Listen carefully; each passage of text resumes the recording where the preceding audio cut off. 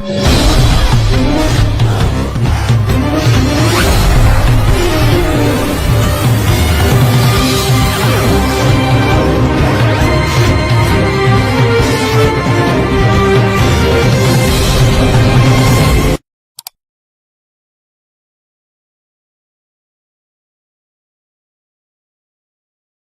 everybody, to the Building Resilience podcast. Thank you, the people that are here in this show. This is part of the series that I'm having that is called the 5 Skills for the Leadership in 2025. So we have been talking about the emotional intelligence. We have been talking about servant leadership. We have been talking about adaptive leadership, purpose-driven leadership, and we're going to talk today a topic that is very interesting, that is what is called the anti-fragile leadership. And I have here an anti-fragile leader that is always bouncing back. And we were talking about something that maybe in another topic we're going to talk, that she's a true example of how she can convert adversity and rise. And my friend Lawanna Bradford, I'm gonna say here before I introduce her that the way I met her was in a very funny circumstance. Like almost 2 years ago, we were attending a summit, and I was supposed to talk about overcoming adversity. And she began to talk before me, and she was talking about overcoming adversity. And when she was talking, I said, "Hey, this lady stole my speech." And then we got connected and we became friends because she is a true example of that. And I want to say, Lawanna, thank you for being here. Thank you for being part of my show. I'm very honored to have you. I have been guest in your shows. Now you're going to be guest of my show. Yes, thank you so much for having me. And you're right, the tables have turned. So now I'm on the other side of the mic. I want to introduce yourself before we say Lawanna is a award-winning strategist and she's a finance planner. She's a dynamic speaker. She's a serial entrepreneur. If you see, she's the co-founder of the Bradford Group. She's going to talk a little bit about that. And she also is an international bestseller author, and she's TV media host. You have like 3 shows, Lawanna, correct? Yes, 3 shows. She has 3 shows, and she's nationally recognized like a leader in strategic planning, visionary leadership, and financial empowerment. And she is the co-founder of the Bradford Group. So thank you, Lawanna, to be here. Thank you so much for having me. This is going to be great. Well, we want to talk here about a topic that people talk about leadership, and you hear about servant leadership, purpose-driven leadership, adaptive leadership, but the anti-fragile leadership is something that people really don't talk too much. And I want to say that anti-fragile leadership is a concept that was recently put in place that basically is that even though you are a resilient leader, you learn from your setback and you thrive and you do it better. So you convert those adversity in something greater. And we were talking here that there's several examples that sometimes people don't like it because there's a lot of controversy, but it's something that is true. There is a person called Elon Musk that he has been an example of that with his company SpaceX. He has had a lot of failures in his rocket, and he continued going. And like this is a characteristic in some personalities that they convert the adversity like a fuel to make it better. So we're going to be talking about this topic that is very interesting. So I want to give the introduction to Lawanna to give her first thoughts on this. Yeah, I was excited to hear that you wanted to go over this topic because the book Anti-Fragile by Nasser Nicholas Taleb, it really breaks down just in the simplest term. If you think about a triad, you are either fragile, meaning the slightest thing breaks you, you're running around like Chicken Little, the sky is falling, you just don't know what to do. And some of you may be there because we've got a lot of changes going on, or you may be that robust leader, that one that's resilient, right? You can bounce back. You think about the phoenix rising, right? But the phoenix comes back the same way again and again, but they rise. Correct. But when you think about anti-fragile, you get stronger through adversities. So adversity builds strength. It's like that muscle, right? You thrive in that environment. And I kind of see myself that way, Jose. That's why I wanted to be you, because I see you too there. Yeah, I mean, I'm like that Energizer bunny, like getting hit and keep going and going. But through that, I think you realize what you're made of, and it enables you to press through. It's like, okay, I overcame one thing, I can do it again. It may be a different setback or challenge, but if you've overcome one hurdle, I truly believe you can overcome another. But unless you go through challenges, setbacks, you never know what you're really made of.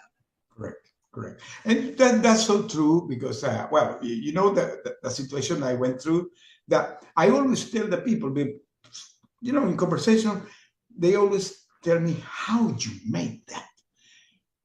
And you never are prepared. And sometimes you don't even know how you do it because it's part of that inner force that everybody has inside. Some of us can manifest that inner force in a better way than the other, but everybody has that inner force. But of course, some people are more prepared in their DNA to overcome things and do it better. And sometimes are people that they love those type of adversity because it became like the fuel that makes it, you know, I know people that way, that they love the risk, they love the adversities, they are always looking to do things, they challenge themselves. It's kind of a personality sometimes. Yeah, I agree. I consider myself a change agent. In fact, a lot of the things that I talk about is about repositioning to remain relevant in a changing marketplace. I'm always looking at how the dots connect, and if a change happens, where am I going to land? And do I allow the change to drive me, or do I take the change and reshape my destiny? Correct. Can you share a personal experience or a professional experience that can set the tone for the audience? Yeah, I would say probably the most tragic, if you think about in the scope of business. I have a commercial mortgage company, and we're actually celebrating 19 years this year. But in 2007, 2008, the mortgage crisis crippled everyone. Banks were closing, mortgage companies were closing, and our ability to do loans was instantly Correct. stopped. And I'm thinking, okay, how are we going to survive this? I had 13 employees. What are we going to do? And I realized that in order to survive, because I really was convinced this is the lane I was supposed to be in, we had to do things differently. We had to reframe ourselves, reimagine ourselves in Correct. this very confusing marketplace. And so we were on the residential side. And I said, wait a minute, the side that's not being hit as hard is commercial. So we're going to learn the commercial side of mortgages really fast. And we're going to pivot and we're going to transition to that. And that's an example of how we survived. I mean, it was a 2-year period of growing and navigating that. But I think because we were so determined and so focused and committed, commitment is key, that we were able to be open to the different opportunities and allow ourselves to be trained in this new marketplace. So that's the example, having almost lost everything, but not only rebounding, but doing it in such a way that, as I said, we're celebrating 19 years in business. You said two words that for me are so important: determined and focus. Because for me, the determination is the fuel that keeps you moving, and the focus is what keeps you focused, Yes. with clarity and looking for the path. Talk a little bit more about that. Yeah, with focus, Jose, one of the things that I realize whenever change happens, especially when it's sudden, Uh-huh. our human nature is we go into a fear state. Correct. So we either become petrified, we can't move, we can't think, we just sit there. Correct. Or we bury our heads in the sand like the ostrich. We hope it'll go away. Correct. Or we run around like Chicken Little. We're frenetic. The sky is falling. And that really speaks to an unclear mind, a very cluttered and confused mind. And Correct. confused minds never make solid decisions. So, to the listening audience, no matter what's hitting you, whether it's your personal, business life, professional life, it's important to find a way to get into a state of calm and clarity. Then I believe you can make some of the best decisions possible. But to make a fear-based decision, emotional-based decision, when money's tied to it, is not always the best way to go. Correct. And what is the core belief that, for a mindset shift? So somebody that's hearing you, I'm a leader, but I want to go that way. What is the mindset shift that you recommend to a person to become an anti-fragile leader? What they had to do? To become anti-fragile, I think number one, it's you've got to make a decision, and you have to commit that no matter what, you're going to win. It doesn't mean you're not going to fall down. Correct. It doesn't mean you're not going to get some bruises, but that you're going to win. Now, you may not know what that winning looks like, but I can guarantee you it means you're not going to quit and give up. Correct. But that's a decision. I mean, you've got to be so wedded to that. And then as a leader, your team, your company, they see that and they become inspired by it. And this is something very important, because when you have that personality, normally the person that has that personality is a pusher, is a front runner, and that really energized the team, because if you're a front runner and you're a person that had that energy, that no matter what, you are always pushing, that creates that sense that everybody wants to push. So that creates that everybody's pushing in the same direction. And this is something that I always mention. That, do you remember the movie Braveheart? Yes. Well, Braveheart I always loved that movie, because that guy, he was always in the front. He was leading, the war, and everybody was like, ah! And that's the way I see a anti-fragile leader. That always, no matter what's going on, he's keep going, and he's dragging all the team. So how? And can I say something to that example? Yeah. For fighting for something, and he kept that in the top of mind. It was all about freedom. Yeah. And so that's what you have to, whatever that banner is that you are fighting for, people need to see it, they need to believe in it, and then trust that you'll help them to get there. And that's a great thing, because you said something that's related to find your purpose. So you have a vision because you have your purpose, you have clarity in your purpose, and you lead your team in that direction.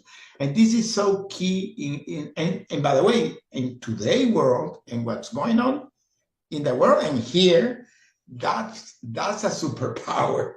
A person that can navigate the circumstance today, that changes, the adaptability, and keep focusing the purpose, that's a superpower. What do you think about that?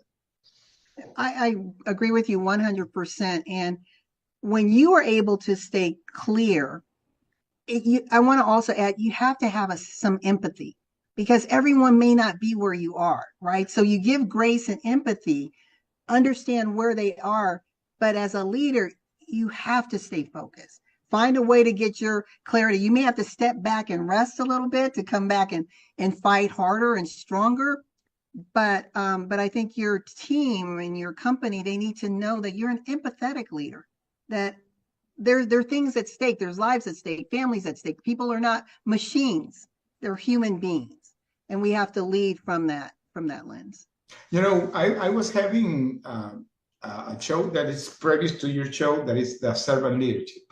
And I was talking with a close friend. I don't know if you are connected with her. You should connect with her, Tara Lafon.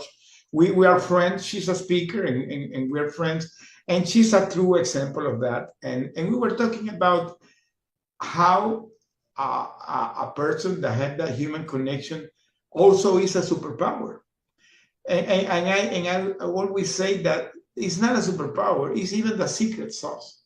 When you are empathetic, and you said it very clear, when you're empathetic and you connect with the people in the personal way, that creates an emotional connection.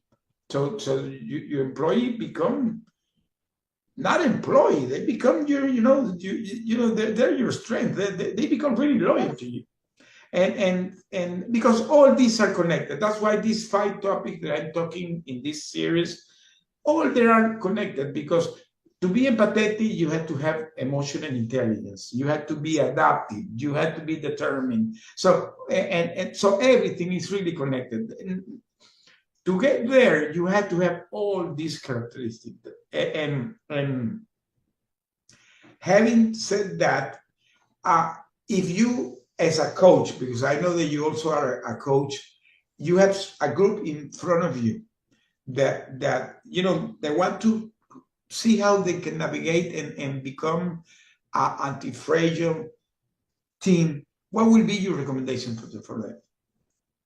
I would say the first thing is self-awareness, right? I may want to become something, but I first have to identify who I am and where I am now. How do I have a face of change, meaning there's a baseline in how I deal with change and adversity. Correct. That's my default.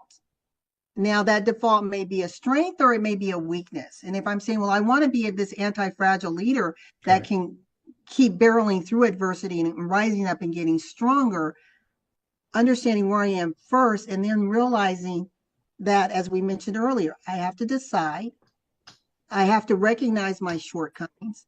I may even have to get a coach to help me navigate. Correct. Because if I have blind spots on, I'm not going to understand how to navigate landmines. That's what makes a difference between, you got warriors and soldiers. Correct. They all know how to fight, but a warrior is that anti-fragile, right? You want to be led by that warrior leader. Yeah. That's true. And you in your company, the Bradford Group, talk a little bit about the Bradford Group and what has been the process in the Bradford Group and how you see yourself as an anti-fragile leader.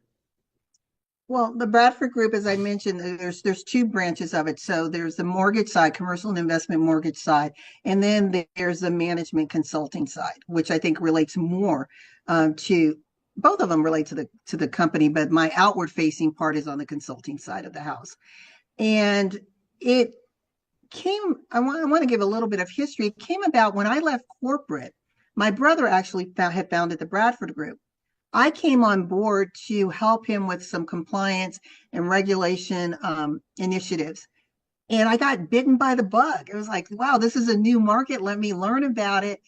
But I realized, because the market is so dependent upon economic shifts, that made me realize, to be successful in business, you have to understand your industry. You have to be intimate with your industry. And what I found, Jose, small business owners, they know what industry they're in, but especially in today's market, if I ask you, well, what's happening in your industry? What shifts are major leaders, major players making? I don't know. But you should know. Yeah, of course. Because success leaves clues. And I think that goes back, an anti-fragile leader understands how to read the landscape. Correct. They understand how to partner and associate people who have been there, done that, and got the t-shirt, who know how to navigate the different waters. They're not expecting to know everything, but they know how to build a team around them to create better insulation against the throes of change. And with us on the consulting side, that's where I am very passionate to help that small business owner, as well as corporate, understand, how do you become relevant? How do you stay relevant? And that's by refocusing. And refocusing, most people think, that's mindset. No, that's all about awareness. Awareness of myself, awareness of my industry, awareness of challenges and opportunities. What resources do I have at play? How can I tap into those? Do I have the right team? Then reframing is, okay, now that I know this, but I'm in this crazy world that's changing, let me be like Disney and reimagine what I want my world to be. Yeah, correct. And reframe it. Now I've set the rules, I've set the game, I've identified the players. That puts me in pretty much a good seat of empowerment. And then the third part, that is reconnecting. That's the mindset shift, right? Because once I'm aware, once I have my game plan, now I have the buy-in that's needed to execute the plan. And you said something very important. There is that adaptability. In today's world, those leaders that are adaptive to the situation are those that are going to be successful, because the world today is so weird. And the things are going. Strange. It's changing. It's changing a lot. It's changing a lot. So if you're in a leadership position and you are not with that mindset that be adapted to the situation, you will fail. The only way that you can survive is really being adapted. As you said, Disney reinvented yourself, reimagined yourself. Yes. That's a great example. And not only that, don't have in fear to take decisions, because sometimes you have to reinvent all the business. I remember one day reading the story of Netflix, how Netflix began. And they really reinvented themselves and became to be a streaming company, and the others didn't do it. So Yeah. you can find examples of people that could do it and people that could not do it. Why? Because they reinvented themselves. They didn't have the fear. They took the decision and they move on.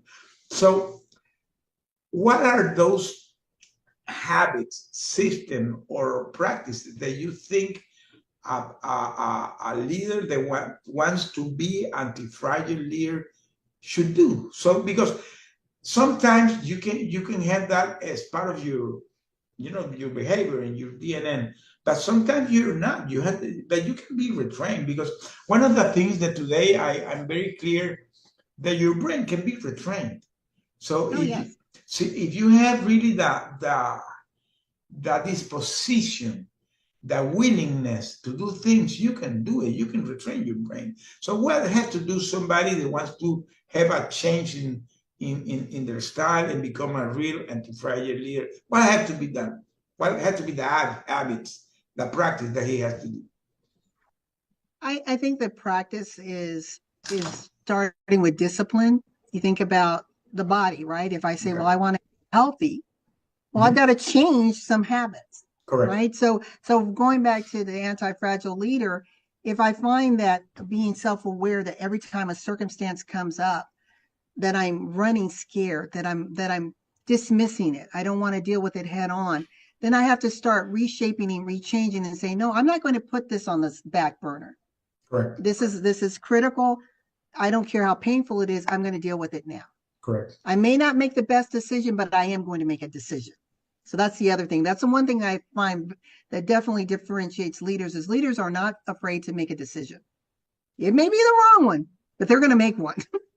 And they're going to live by it. They're going to be accountable to that decision. Right? I believe the worst decision is the one you never take. Yeah.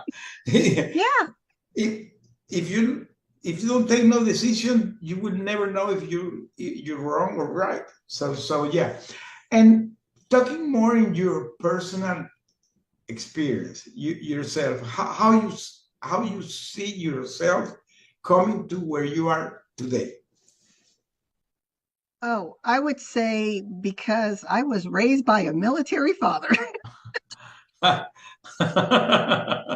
Discipline, order, structure, obedience, excellence. I mean, that was just the foundation of my upbringing, and I'm so grateful for it, because it's that seed, right, that was planted, that has germinated, and during times that are difficult, I find myself tapping back into that, tapping into those lessons. And I think our parents really are that first line. Our parents and teachers are first lines of socialization that can help us build strength. Correct. It's not innate. A baby comes to the world, it's innocent, it's just open. Well, how can you still be open but protective? How can you still be open and be insulated, right, for the greater good? And I think that's something that's learned, and then we tap onto it, buy into it, and start developing it through our own lived experiences. So again, starting with my parents, and coming from a home of very strong disciplinarians, in the stance of you let your word be your bond, right? If you're going to commit to something, commit all way, not halfway. If you say that you're going to show up for something, Or let's say I wanted to play the piano. Well, I couldn't play the piano and quit and say I don't like it. No, you said you were going to play the piano. You'll play all the way through high school. You will continue. And I resented it, but now I'm like, but it taught me discipline, because we're going to be in places we may not be in a place of leadership. We may be under leadership, not wanting to do something, but because we've been conditioned and trained, we respect the leader and say, okay, I'll do this. I'll follow the yellow brick road and be a part of, again, the greater good, the greater solution. And I find, Jose, that every day my goal is to be better than I was before. And I think it was Sidney Poitier, the actor, who said that. Like, I just want to be the better version of me, right? And I'm learning the new me, because I always talk about dad. The new me, now that dad is no longer here. What does Lawanna look like now? Because so much of who I am was because I had this great giant walking by my side. So I'm learning how to be anti-fragile without dad. And I'm going to say something that you mentioned. You mentioned discipline, but I also would add persistence, tenacity, consistency.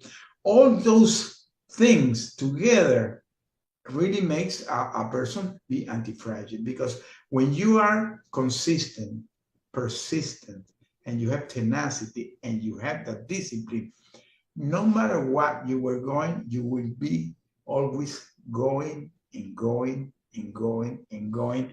And I believe that's what makes the difference when you have that characteristics. So yeah, I agree with you, because that becomes your signature, right? It's recognized. Yeah. And it's something that the people at some point really admire when you have those characteristics. We were talking about, for example, servant leadership. We were mentioning, well, sometimes people think that if you are that way, you can be fragile. Well, but you have Jesus Christ, you have Mahatma Gandhi, and you have Nelson Mandela. Come on.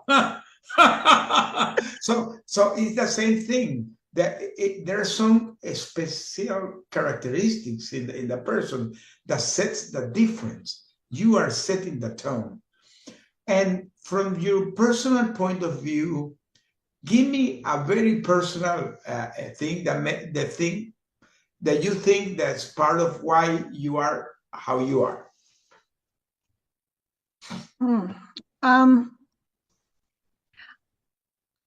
I would say, okay, this is very, very, very, very personal, very transparent. Most people don't know this about me. And when I was diagnosed with cancer 10 years ago. And the type of cancer it was, it's a T-cell lymphoma, but there's no cure. And I remember thinking, oh my gosh, because they were talking about, mortality rates and all this. And I talked to a friend of mine, and he was busy telling me what I should do. And I got really angry, Jose. I said, first of all, I'm trying to understand what this is, and you're busy, philosophizing on what I should do. And he said, no, I want you to hear, you have two options. You can die living or live dying. Oh, wow. Yeah. That instantly, there's those instant moments that change how you see the world. And I thought, okay, we all have a termination date. We don't know what it's going to come, when it's going to come, how it's going to look, but we're not going to be here forever and ever. So I choose to live. So I think that, really caused the fuel of anti-fragility to really bubble up in me. I'm like, no, this is an experience, but it will not define me. Correct. It will not cripple me. It will not cause me to play small or to be sidelined in my own life. I'm not going to be a wallflower in my life, or a second cast member. I am the main character. I am the leading actor, and I'm gonna live full out. For the audience that are hearing us, Lawanna and I got connected because I really believe that we both are survivors. She had a personal story. I had my personal story, but even there are different stories, we have something in common, that we decided that our circumstances didn't mark us. It made us try to not only pass it, become stronger. And that is where you become an anti-fragile leader. When you not only decided to come back, you decided to come back stronger. And this is something that for the people that are hearing this is something that we encourage to the audience to think about it. If you're going to any situation in your life, and you hear persons like Lawanna talking about that personal thing that happened to her, that, how you said it, you decided to live dying, or die living. Oh, die living. Okay. Yeah. It's a personal choice, by the way. It's a personal choice. Yeah. Wow. Thank you for sharing that. Very, very, very personal, but very powerful. I really believe that everybody has a testimony. Everybody has a personal testimony, and and today I'm very connected to my Christian community, and have been hearing more and more people having those testimonies. And let me tell you, for me, it's been a surprise seeing people with this strong faith and very strong, feelings. And when you know where they come from, when you know their testimony, you say, I cannot believe this. So, life can make a total transformation for you, but you have to have that willingness to do it. It has to be your choice. It's your personal choice.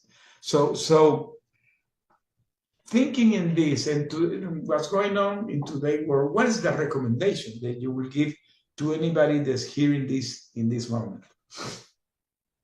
Well, with all that's going on, there's a lot going on. Yeah. Without going in details, because we don't want to deviate, but there are a lot of things going on. And what would be the recommendation to somebody that has fear, that doesn't know what's going on? What would be your recommendation? I would say it's okay to feel fear, but don't become overwhelmed by fear. Because when you become overwhelmed, you stop living. You literally become frozen. And what we have is the now. We tend to fear what may happen, what could happen. We may not live to see the tomorrow, but what we have is the now. And I just encourage everyone, whether you're a leader, whether you're in corporate, whether you're just concerned about your family, your friends, your community, to be in a point where you're able to embrace the now, the moment, who you are, how you're showing up for yourself first and for others second. I'm a person of faith. So if you're a person of faith, people are looking and needing to hear words of hope and inspiration. And sometimes, I'm a Christian, so sometimes we say our walk, how we show up, is the only Bible people will ever read. So I encourage people to show up with love, show up with joy, show up with peace, show up with compassion, show up with unity, and trust that as you give and serve that way, that it'll come back to you. We were talking in a previous show about the giving, and for me, the giving is an art. Besides, it is a biblical principle. Yes. But when you understand that, and this is very profound, that when you plant a seed, then God comes and multiplies it, and He gives you back a tree. Yes. I love that. Yes. It gives back to you a tree. You're not expecting the tree. Maybe you want the seed back, and He will give you the tree. But when you understand that biblical principle, that makes the total difference. And now that we're talking about faith, because this is something that today I try to speak more open, because it became part of my art of surviving. If you go to the Bible, all those characters of the Bible, all these guys were anti-fragile leaders. They really survived extreme situations. Moses, Abraham, Job, David, all of them, Daniel, name it, who, all of them are great examples how even overcoming extreme adversities in their life, they keep going because they were walking by faith and they were walking because they really believed in God. So I believe that there is a very personal touch in all of this that has to be with the spirituality. It's not only because you're a strong person, that you have a strong personality, because it's not everything about you. It has to do with that spiritual connection. So I don't know if you want to say something about that. Yeah, I love that you were giving some examples, biblical examples. And one of my favorites is Joseph, who, he's this young boy. He loved his brothers. He was the baby of the group, and they were jealous of him. Mm-hmm. And they sold him into slavery and told their dad that he had been devoured by some wild animal. So even in his captivity, he never harbored hate or disdain for his brothers.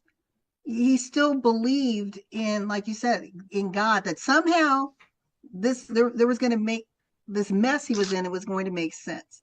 Then he gets out of prison and then back in because he's accused of raping Potiphar's wife. And he's like, okay, sometimes people are like, God, what's next? Why me? But even in that, he was still standing in obedience to God. And then he was a dreamer. Correct. And sometimes God plants gifts in us that we don't know why they're there, but they're there for a certain point in time.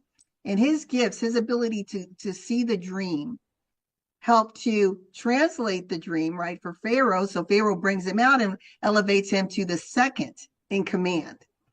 And what he saw was the famine, 7 years of harvest in abundance, and he saw 7 years of famine, which helped him as the leader to prepare the storehouse to ready for when the storm came. Correct. So even though he was in another land, his family, right, came to benefit, and he was able to give shelter. And I think that's the thing with leaders, Jose, is especially when we're tapped into the divine, we have a different line of sight, right? We're not just looking with our natural eye, or we're looking with our spiritual mind. And sometimes God has us preparing things and we're wondering, why am I doing this over here? But then when that storm comes, it's like, right? Let me tell you that God always has a master plan, always. And there is nothing that is done without, he's like a puppet master doing his thing, and you don't know it because you're the puppet. But when you realize why you have been going through situation in life, and you begin to connect the dots, is that you can understand, oh God, that's why I went through this situation.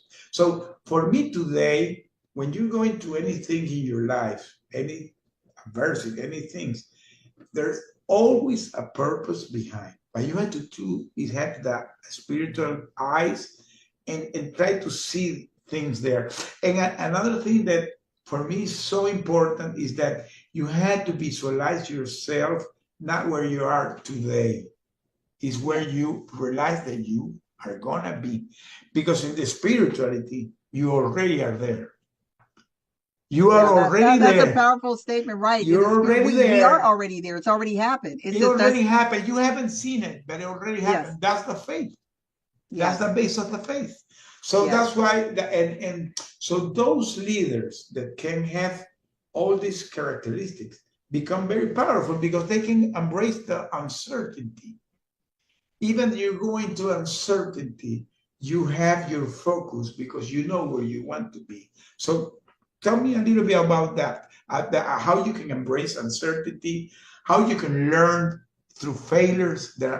It's another characteristic. Talk me a little bit. I'll just share with what recently happened. April 1st here in the U.S. was not a happy time. A lot of jobs were lost in the federal sector. And our entire team was dismantled and said, see you later. And today I was on my walk and I thought, because we have a team chat just to check on everyone. And I thought, you know what? I'm going to do a video. And I'm going to do a video just encouraging everyone. And the sun was just rising. And so I turned the camera so I could capture the sunrise. And I sent that to them and I said, just as the sun is rising, so are you. You're stronger than you realize. This is a tough time. I said, but you will get through it. Have faith. If you feel weak, he's strong. Yeah. And everyone was just like, oh my gosh, thank you so much. We needed it. And I think that's what a leader can sense, right? What the team needs at a moment. That's why we have these amazing inspirational speakers, right? That can move. We think about 9/11 in this country and when President Bush, stood with a megaphone and he's talking, there's certain things that are seared in our minds, right? Because there's times when we need to hear the voice of a leader. Correct. To help allay our concerns, inspire us, give us hope, and the stick-to-itiveness to keep pushing. And this is so important. And today, again, in the uncertainty in the world, those leaders that can embrace the uncertainty and they can they don't know because they don't have the answer, but they have the certainty that is a better future and it's waiting there. It's going to come. And when you can inspire that, the people, even they're going to any situation, they will follow. So that's a great example. Lawanna, coming almost to the end, where the people can contact you, if it's this is going to be your pitching moment.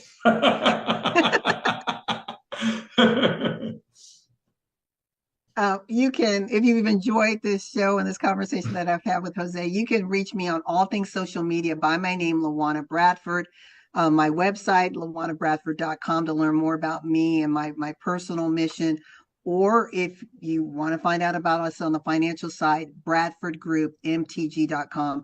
I'm easy to find, very open to having conversations, especially to those leaders that are doing and thinking differently. As Jose mentioned, I have 3 TV shows. One is Power of the Pen. So if you're an author and you want to get that book out to a broader audience, I'd love to talk to you.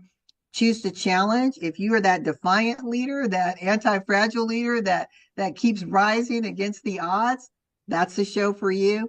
And if you're that business transformationalist, that one that is able to do things different in business, to reshape, reimagine yourself, then I'd love to have you on Business and Financial Raw Talk. So again, I'd love to connect, even just to have a conversation, because it's all about building community, because I believe together we can win. I can say to the audience, and I can testify that Lawanna is like that, because I remember when I was writing my book, I was in her show. And when I came with the book, I came back to her show.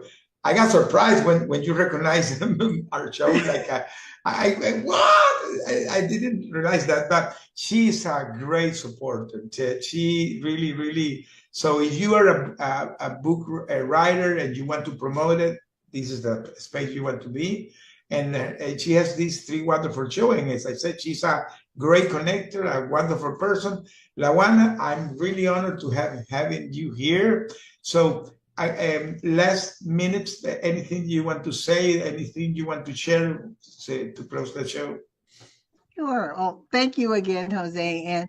And to those who are listening, whether it's in business, in your professional life, in your personal life, I just want you to realize the one thing that's always constant is change. You have a choice to choose to either be in front of the wave, ride the wave, be on the sidelines wondering what, there was a wave, or be overtaken by the wave. And how you stay in front or ride the crest of the wave is realizing every single time that when your vision and opportunity intersect, success is inevitable. I wish you much success in life and in business. Thank you again, Jose. Well, let me tell you, to the people that are hearing this, this is a topic that is on top, because with all the things going in the world, those leaders that have this ability to overcome adversity. Not only overcome adversity, rise and thrive over the adversity, navigate uncertainty, learn from the failures, and become stronger and inspire others is a superpower. So I encourage the people that really embrace this. As I said, the good news that this can be trained. You can retrain yourself. That today is talking about the plasticity of the brain. The brain, you can retrain yourself. That thing that no, I was raised this way, I was always have been this way. That is not true. You can retrain yourself, but it's your choice. You have to have that choice. It's your choice. So thank you, Lawanna, to being here and here. So we're gonna be airing this in a couple of weeks, and you're gonna see all her social media here in the banner. So if you want to connect her, she has her TV shows, her social media. And thank you for being here, Lawanna. Thank you so much. Bye-bye. Let me fix it.